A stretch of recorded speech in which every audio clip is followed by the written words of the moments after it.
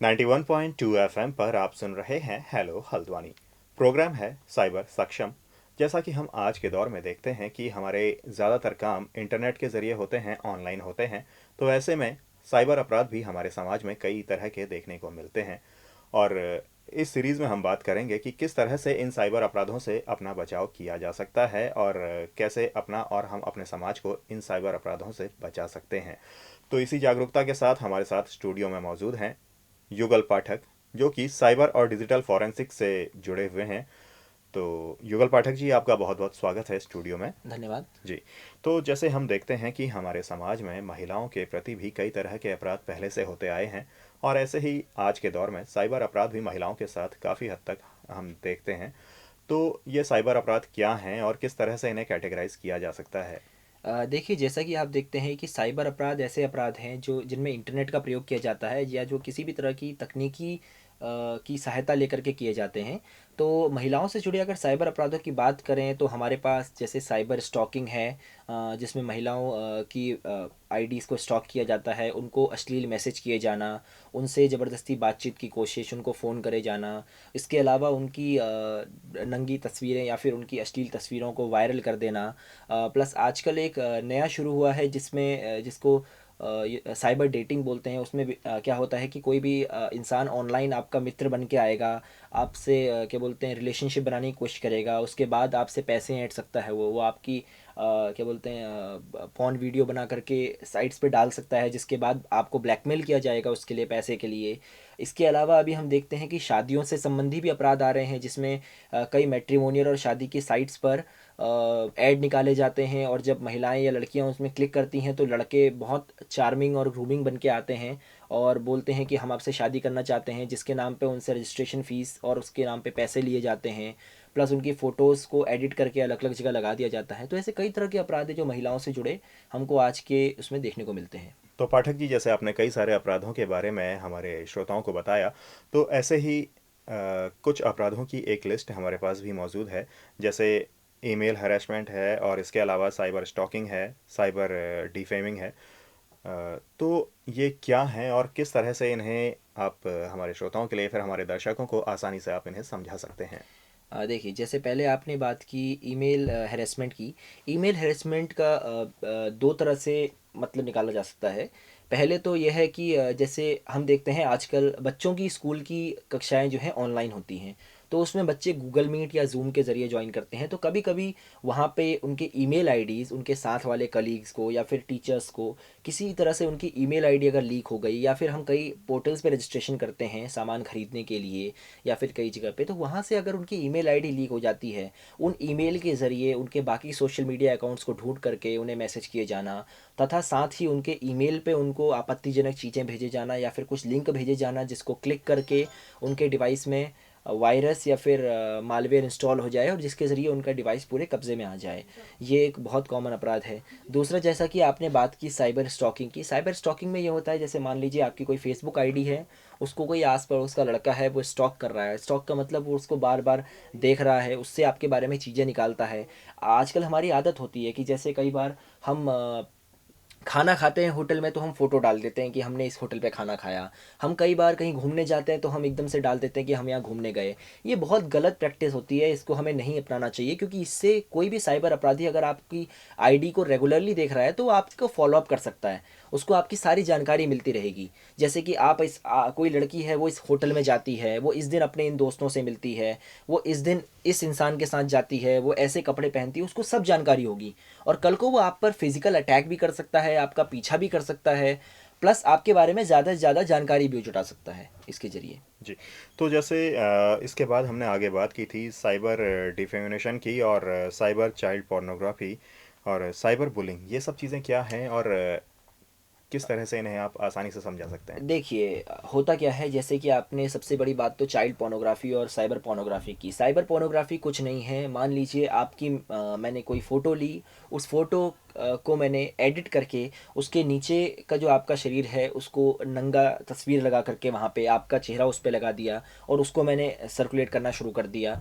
दूसरी चीज़ ये होती है कि मान लीजिए आजकल जैसे कई हमने देखा है युवक युवती होटलों में जाते हैं, वहाँ पे वो कई प्राइवेट काम करते हैं, तो वहाँ पे भी कैमरे लगे होते हैं जिसके ज़रिए उन कैमरों से वो चीज़ें रिकॉर्ड हो जाती हैं और बाद में उनको साइट्स पे बेचा जाता है, उनको ब्लैकमेल किया जाता है इस चीज़ के लिए।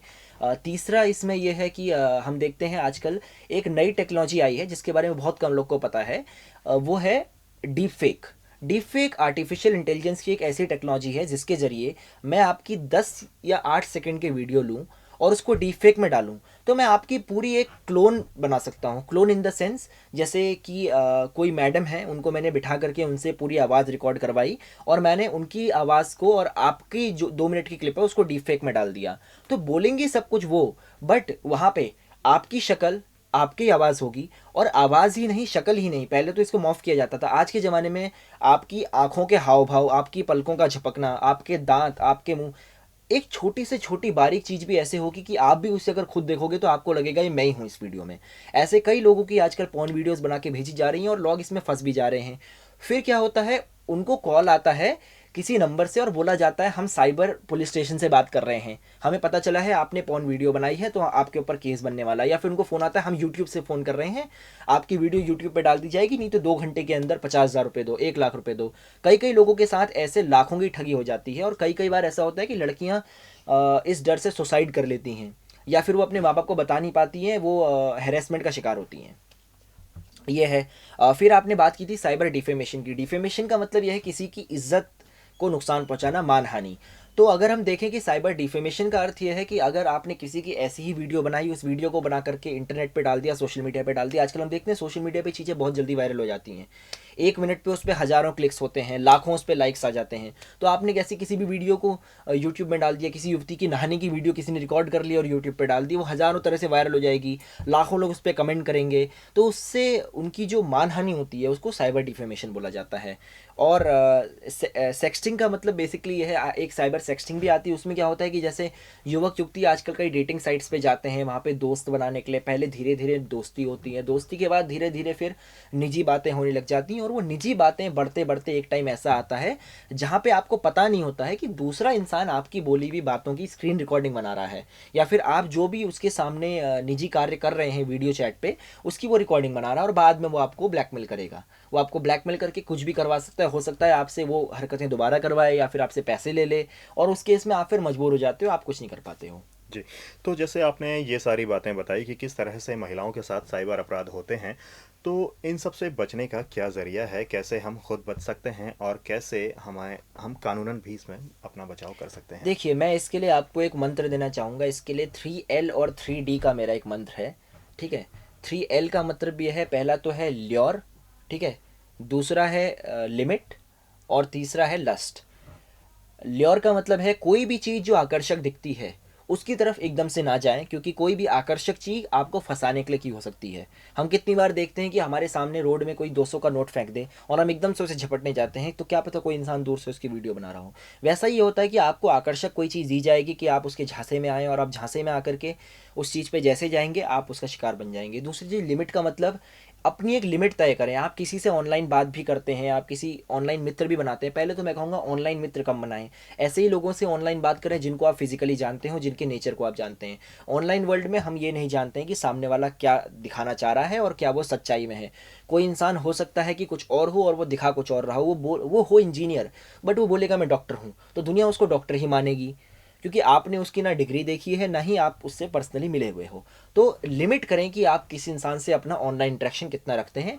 और तीसरा मेरा है लस्ट। लस्ट का मतलब है लालच में ना फंसें। जैसे कई बार होता है कि लड़कियां देखती हैं, आजकल मैंने देखा है, BCom BSc किया हुआ है, हमें जॉब मिल जाए तो वो जल्दी नौकरी आता है, उसमें जल्दी नौकरी करें, आपको 30,000 35,000 40,000 तनख्वाह मिल जाएगी। उसके नाम पे उनसे बोला जाता है कि आप ये करो, आप इन लोगों को फ़ोन करो, आप इन लोगों से बात करो, या फिर कई कई कई बार उनसे वीडियोज़ भी बनवाई जाती हैं। ये सब चीज़ों से हमें बच के रहना चाहिए। और 3D का रूल ये है, डिक्रीज़ का मतलब आप अपने ऑनलाइन जो व्यवहार है उसको डिक्रीज़ करें, कम करें। दूसरा है आप डिलीट करें। डिलीट का मतलब आप किसी भी प्लेटफॉर्म का इस्तेमाल करते हैं, उसमें हम कई बार आईडी बना करके हमारा काम खत्म हो जाता है, फिर छोड़ देते हैं, कभी देखते भी नहीं है दोबारा मुड़ करके कि हमारी आईडी भी थी। आपने वहाँ अकाउंट बनाया था, आपका काम खत्म हो गया, उस अकाउंट को तुरंत डिलीट करें। कोई भी ज़रूरत नहीं है उसको रखने की, क्योंकि वहाँ से आपकी जानकारी आगे चोरी हो सकती है। तीसरे डी का मतलब है डिफाइन। डिफाइन का मतलब आप इस चीज़ को तय करें कि किसके पास आपकी कितनी ज़्यादा जानकारी जा रही है, किसके पास कितनी कम जानकारी जा रही है। जब सोशल मीडिया पे आप पोस्ट करते हैं तो ध्यान रखें कि आप उसकी विजिबिलिटी पब्लिक रख रहे हैं, प्राइवेट रख रहे हैं, क्या रख रहे हैं। आपकी कोई फ़ोटो है दोस्तों के साथ, आप ये चीज़ उसमें डिसाइड करें कि मेरे कितने दोस्तों तक ये बात जानी चाहिए, किस तक नहीं जानी चाहिए। पब्लिक को चीज़ें ना दिखाएं। आपकी डेट ऑफ बर्थ हम देखते हैं उसमें होती है, आपकी घर की लोकेशन होती है, आपकी कई चीज़ें हम फेसबुक में आजकल डालते हैं, अपने रिश्तेदारों के बारे में डालते हैं। उस चीज़ को मिनिमाइज़ करें। डेट ऑफ बर्थ मैं नहीं कहूँगा आप ना डालें, आप बिल्कुल डालें। आपके दोस्त आपको बर्थडे विश कर सकते हैं, आपका अधिकार है वो। परंतु आप ये ध्यान रखें कि आपकी डेट ऑफ बर्थ कितने लोग देख पा रहे हैं, आपके सिर्फ फ्रेंड्स ही देख पाएँ। जो आपका नियर फ्रेंड सर्कल है, प्राइवेट आजकल ग्रुप सेट करने की उसमें आपको एक ऑप्शन मिलता है, तो आप उसको प्राइवेट कर लें, जिससे आपके जो नियर डियर वंस हैं वही देखें। इंस्टाग्राम पे भी वैसे ही क्लोज फ्रेंड्स का ऑप्शन मिलता है, आप स्टोरीज डाल लें तो उसमें क्लोज फ्रेंड्स में डालें। व्हाट्सएप पे आप किसी से अगर बात करते हैं तो अननोन नंबर से एकदम से बात ना करें। यूजुअली क्या फॉलो करें, बोलें कि अगर आप मुझसे बात भी करनी है तो आप फेसबुक पे कर लें या फिर आप इंस्टाग्राम पे कर लें। अपना व्हाट्सएप फ़ोन नंबर एकदम से ना दें, क्योंकि फ़ोन नंबर आपके बैंक अकाउंट से भी जुड़ा होता है, आपके आधार से जुड़ा है, बहुत चीज़ों से जुड़ा हुआ है। तो इस चीज़ों को आप बचा करके रखें। तो ऐसी छोटी छोटी चीज़ें हैं जिनके ज़रिए हम खुद को बचा सकते हैं। और मैं तो ये कहूँगा कि कई बार गलती अपराधी नहीं करता है, अपराधी आपके पास सिर्फ अप्रोच करता है। गलती आपकी होती है। अगर आप गलती नहीं करना चाहेंगे तो अपराधी कितना भी अप्रोच करे वो आपका कुछ नहीं बिगाड़ सकता है। तो इसीलिए सावधान रहें, सतर्क रहें। और कोई भी साइबर अपराध होने पर 1930 निःशुल्क नंबर है, उसको डायल करें, उस पर तुरंत कंप्लेंट करें, और या फिर cybercrime.gov.in पर जाकर के कंप्लेंट करें। ये बताना चाहूँगा कि साइबर अपराधों में समय बहुत कीमती होता है। अगर आप समय गंवाएंगे तो अपराधी आपकी पहुंच से बाहर निकल जाएगा, इसलिए समय ना गंवाएं, तुरंत कंप्लेंट करें। और पुलिस को अपना मित्र समझें, कोई भी बात बताने से डरे ना। कई बार लोग बात नहीं बताते हैं, डरते हैं कि हमारी पर्सनल चीज़ें बाहर आ जाएंगी। आप डरे मत, आपकी पर्सनल चीज़ें पुलिस फिर भी सिक्योर करके रखेगी, जो अपराधी है वो ज़्यादा बाहर कर देगा। तो इसलिए आप पुलिस से डरे ना, अपनी बात ध्यान से रखें और सतर्क रहें। जी। तो पाठक जी, जैसे कुछ सावधानियां जो आपने बताई, ये सावधानियां तो हमें अपने स्तर से करनी चाहिए, लेकिन अगर बाय द वे सावधानी बरतने में अगर कोई चूक हो जाए और अगर कोई किसी तरह से अपराध हो जाए, तब ऐसे में क्या किया जा सकता है? देखिए, जैसे कि मैंने बताया, कोई भी अपराध जैसे हो गया, मान लीजिए अगर आपकी व्हाट्सएप आईडी है वो किसी ने हैक कर ली है, तो आप अपने जितने भी नियर डियर मित्र हैं उनको फ़ोन करके बोल सकते हैं कि ये मैसेज सर्कुलेट करें कि कोई भी आपको इससे मैसेज करे तो उसको मेरी तरफ से भेजा हुआ मैसेज ना समझा जाए। या फिर मान लीजिए आपकी फेसबुक आईडी हैक हो गई, इंस्टाग्राम अकाउंट आपका हैक हो गया है, तो उस केस में आप तुरंत साइबर पुलिस स्टेशन जाएँ, वहाँ अपनी कंप्लेंट दर्ज करवाएँ। प्लस अपने दोस्तों को बताएं कि अगर आपको उस आईडी से कोई भी कम्युनिकेशन आए तो उसको ना एक्सेप्ट करें। ठीक है, उसमें आपके जितने भी मित्र हैं, जितने फ़ोन नंबर्स हैं वो लोगों के चले जाते हैं, उनको फिर मैसेज करना शुरू कर देते हैं साइबर अपराधी। तो अपने दोस्तों को बोलें कि अगर आपको किसी भी अननोन नंबर से मैसेज आए और वो बोले कि मैं कह रहा हूँ, तो उससे आप कोई ना कोई आइडेंटिटी का वेरिफिकेशन मांगें। जैसे कि आप लोग के बीच में कोई किस्सा होगा, वो किस्सा उससे पूछ लें, या फिर आप कोई अपनी निजी जानकारी पूछ लें जो आपके सिर्फ दोस्त को पता हो। इससे कि क्या होगा कि कोई भी अननोन पर्सन अगर आपकी आइडेंटिटी को क्लोन करके बात करने की कोशिश करेगा तो वो नहीं कर पाएगा। इसके अलावा अगर आपको मैं और बताऊं तो जैसे मान लीजिए आपके साथ साइबर ग्रूमिंग हो जाती है कि आपको डेटिंग के ऑप्शंस आते हैं, शादी के कई बार रिश्ते आते हैं, तो मैं उसमें कहूँगा कि कोशिश करें कि आप वीडियो कॉल पे एक बार कंफर्म करें, और अपने माँ बाप को भी साथ में रखें। लड़कियों से खासकर कहूँगा, अपने माँ बाप को साथ में रखें, कंफर्म करें कि ये लड़का असली है नहीं है। या फिर लड़के से बोलें कि आप सिर्फ ऑनलाइन बात ना करो, फिजिकली आकर के मुझे मिलो, यहाँ पे मिले। ऑनलाइन रिश्ते करने से बचें, क्योंकि ऑनलाइन रिश्ते करने में कई बार गलती हो जाती है, हमें पता नहीं रहता है कि वो इंसान कैसा है, वो क्या है। तो इन चीज़ों से खास कर बचना चाहिए। और बाकी सतर्कता ही इसमें कुंजी है। आप सतर्कता रखेंगे तो आप बचे रहेंगे। जी। तो ऐसे कौन से सेक्शंस हैं, ऐसे कौन से जो मतलब कानूनन हमारी मदद कर सकते हैं इन सब चीज़ों के लिए? देखिए, वैसे तो महिला अपराधों के लिए अलग से एक पॉक्सो कानून बनाया गया है, परंतु अगर हम आईटी एक्ट में देखें तो सेक्शन 66 है हमारा, और 67 है। ये हमारा डील करता है बेसिकली महिलाओं से रिलेटेड अपराध में हमारी मदद कर सकता है। जैसे सेक्शन 66 हैकिंग के लिए होता है, 67 हैकिंग के लिए होता है, 66 आपका साइबर पोर्नोग्राफी के लिए होता है, कोई भी न्यूड तस्वीर उसमें डाली जा रही है तो उस केस के लिए। सेक्शन 70 है हमारा, जो हमारा राइट टू प्राइवेसी अगर ब्रीच होता है कहीं भी, उसमें काम आता है। तो देखिए सेक्शंस तो अलग अलग हैं, पर मैं एक बात कहूँगा कि लोगों में गलती ये होती है कि लोग रिपोर्ट नहीं करते हैं। मैंने कई बार देखा है साइबर पुलिस स्टेशन में भी लोग आकर के बोलते हैं, अरे हमारी तो बेटी अभी छोटी है, कल को इसकी शादी होनी है, कल को इसकी शादी होगी तो ये बात आएगी, इसलिए एक काम करते हैं हम कंप्लेंट नहीं करते, मामले को ही रफा दफा कर दो, या फिर एक काम करते हैं हम उनसे समझौता कर लेते हैं। मैं ये कहना चाहूँगा समझौता नहीं करना चाहिए, क्योंकि अगर कोई अपराधी एक बार अपराध कर रहा है तो उसकी नीयत खराब है, वो दोबारा भी अपराध कर सकता है। आप एक बार उसे छोड़ देंगे, कल को हो सकता है वो बड़े स्तर पर अपराध करे, उस केस में फिर पुलिस भी कुछ नहीं कर पाएगी। इसलिए जब भी आपको मौका मिलता है अपराधी को सजा दिलवाने का, आप उसे ज़रूर सजा दिलवाएं और आगे बढ़ें। और ऐसा नहीं होगा कि वो आपको कोई नुकसान पहुंचा देगा। अगर वो एक बार पुलिस की गिरफ्त में आ जाता है, हो सकता है आप अकेले नहीं हो, उसने हज़ारों के साथ अपराध किया हो तो हज़ारों का और भी भला होगा।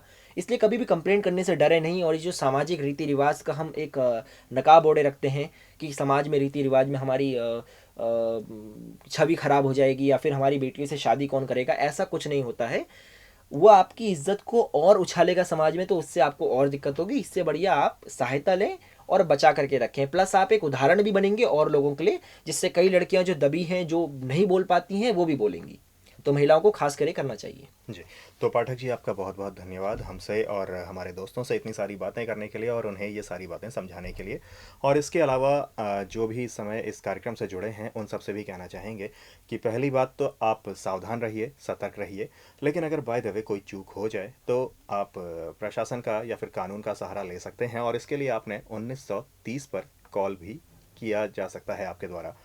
और इसके अलावा कोई और बात अगर आप हमारे दोस्तों से कहना चाहें तो आपका स्वागत है। जी, इसके अलावा मैं कोई और बात वैसे तो नहीं करना चाहूँगा। बस ये कहूँगा कि आप उत्तराखंड पुलिस है और अलग अलग पुलिस डिपार्टमेंट हैं, वो अपना साइबर अपराधों से बचने के लिए उनका पेज है, उनका ट्विटर अकाउंट है, उनके फेसबुक अकाउंट हैं, उनको आप फॉलो करें। यूट्यूब पे आप साइबर दोस्त और I4C internet cyber crime coordination centre, ministry of home affairs का एक डिपार्टमेंट है जो अलग से साइबर अपराधों के लिए बनाया गया है। उसका एक चैनल है जिसको साइबर दोस्त कहते हैं। साइबर दोस्त इसलिए क्योंकि आपके साइबर अपराधों से बचने में मदद करता है। तो साइबर दोस्त को फॉलो करें, उसमें अलग अलग आपको मैसेजेस आते रहेंगे, आपको फोटोज़ वीडियो ग्राफिक्स आते रहते हैं, जिससे आपको अलग अलग तरह के अपराधों के बारे में पता चलेगा। इन अपराधों के बारे में जानकारी हासिल करें, ना ही जानकारी खुद हासिल करें बल्कि अपने दोस्तों को भी शेयर करें, अपने व्हाट्सएप पे स्टेटस लगाएं, अपने फेसबुक पे स्टेटस लगाएं, ताकि आपके ज़रिए 10 और लोग देखें। कोई आपको अगर साइबर अपराध से बचने की जानकारी देता है तो उसको भी फॉलो करें। प्लस अगर आप अपना मोबाइल ख़रीदते हैं, अपने मोबाइल में सिक्योरिटी फीचर्स को ऑन करके रखें। बैंकों में अगर अकाउंट बनाते हैं तो बैंक कर्मियों से जानकारी लें कि कैसे मैं इसको सुरक्षित रख सकता हूँ और कैसे मैं इसको बचा सकता हूँ। तो युगल पाठक जी, आपका बहुत बहुत धन्यवाद हमसे और हमारे दोस्तों से ये सारी बातें करने के लिए और इन्हें ये सारी बातें बताने के लिए। और इसी के साथ मैं अनिल भी चाहूँगा आज के साइबर सक्षम कार्यक्रम से इजाज़त। फिर आपसे मुलाकात होगी। नमस्कार।